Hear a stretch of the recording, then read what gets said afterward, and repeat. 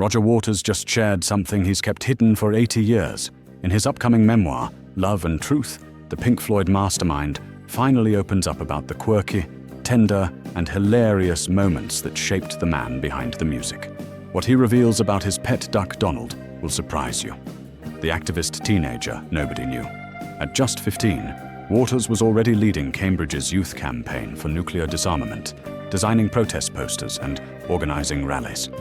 While other kids played football, he was fighting against nuclear weapons. This wasn't teenage rebellion.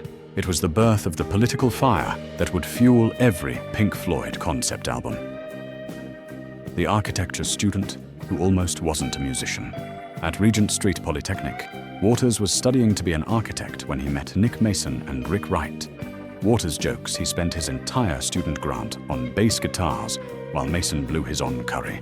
They practiced in the basement common room, annoying other students with their experimental sounds that would eventually become psychedelic rock history. The band name Comedy of Errors. Before Pink Floyd, they were Sigma 6, then the Megadeths, then the T-Set. When they discovered another band called the T-Set, panic set in. Syd Barrett saved the day by combining the names of two obscure blues musicians, Pink Anderson and Floyd Council. Waters admits they thought it sounded properly mysterious. Little did they know it would become legendary. The pet stories that show his heart. Waters writes tenderly about his brown Burmese cat, Chocolate Charlie Brown, actually his third cat with that exact name. He loved that name so much he kept using it. But here's the Donald the Duck story that will blow your mind. Waters reveals that Donald wasn't just any duck.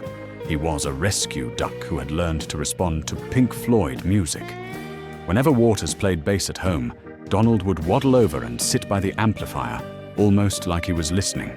Waters jokes that Donald was Pink Floyd's first real fan, and sometimes their harshest critic. If Donald walked away during a song, Waters knew it wasn't working. The most touching part? When Donald died, Waters says he played "Wish You Were Here" as a goodbye. This gentle, almost childlike relationship with his pets shows the tender heart behind the rock star persona. Then there's the story about his daughter, India's gerbil Cloudy, who had cancer. Waters describes taking Cloudy to the vet for the final time, showing how these small creatures taught him about love and loss in ways that shaped his songwriting. The Cambridge cricket star. Waters was actually a talented cricket and rugby player at Cambridge County School for Boys. He spent summers swimming in the River Cam and was popular with classmates.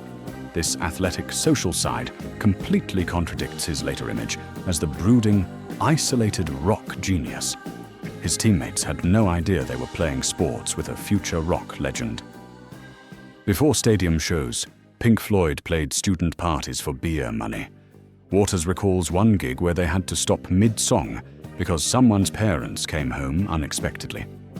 Another time, they played so loud in a basement that the ceiling plaster fell on the audience, and everyone kept dancing anyway. The friendship that started everything. His bond with Syd Barrett began over shared interests in art and music. Waters describes Barrett as the most naturally gifted person he ever met, someone who could paint, write poetry, and create melodies that seemed to come from another dimension.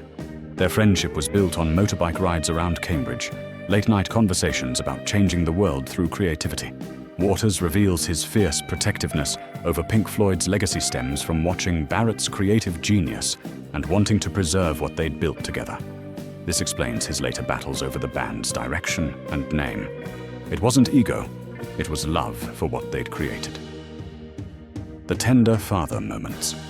Beyond the gerbil story, Waters shares quiet moments with his children, teaching them to appreciate music by playing records at low volume while they fell asleep, taking them to recording sessions where they'd draw pictures while he worked, and his attempts to balance his demanding career with being present as a father. Waters shows his comedic side, describing how he once got locked in a recording studio bathroom for 3 hours during a crucial session, and how the band had to slide sandwiches under the door. He also reveals his terrible cooking skills led to several kitchen disasters that became running jokes among the band. These excerpts from Love and Truth reveal the Roger Waters nobody knew, the activist teenager, the animal lover, the protective friend, the devoted father. And yes, even the guy who got trapped in a bathroom. What other secrets do you think he'll reveal when the full memoir is released? Let me know in the comments what Pink Floyd story you're most curious about.